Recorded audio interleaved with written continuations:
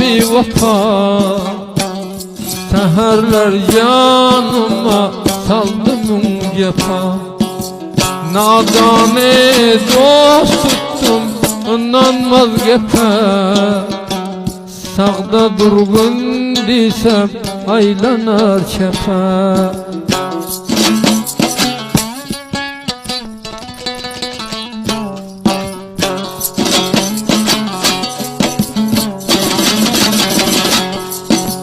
Karanlık geceler seni gözlermen, dost düşman arada sırrın güllermen.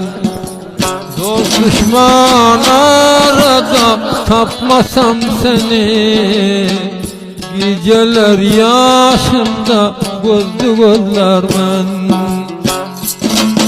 Taze aydınları Starı FM götürülüyor.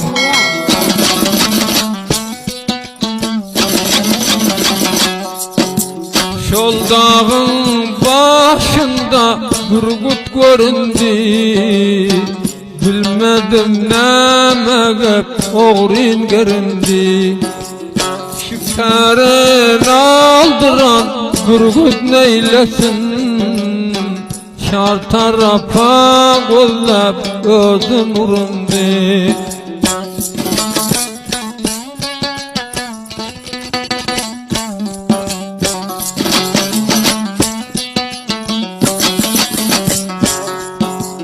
Belen dağ karların ala, din İslam başına geldi bela.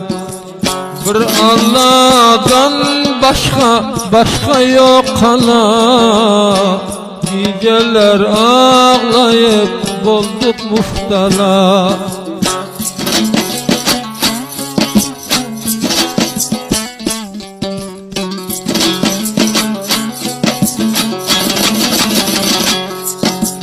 Kargalar kakıldar dağın başında, yüreği dert eder 15 yaşında. Hiç kim doğru bilmez kanim duşumda, mezdi gızdar ağlar bela başında.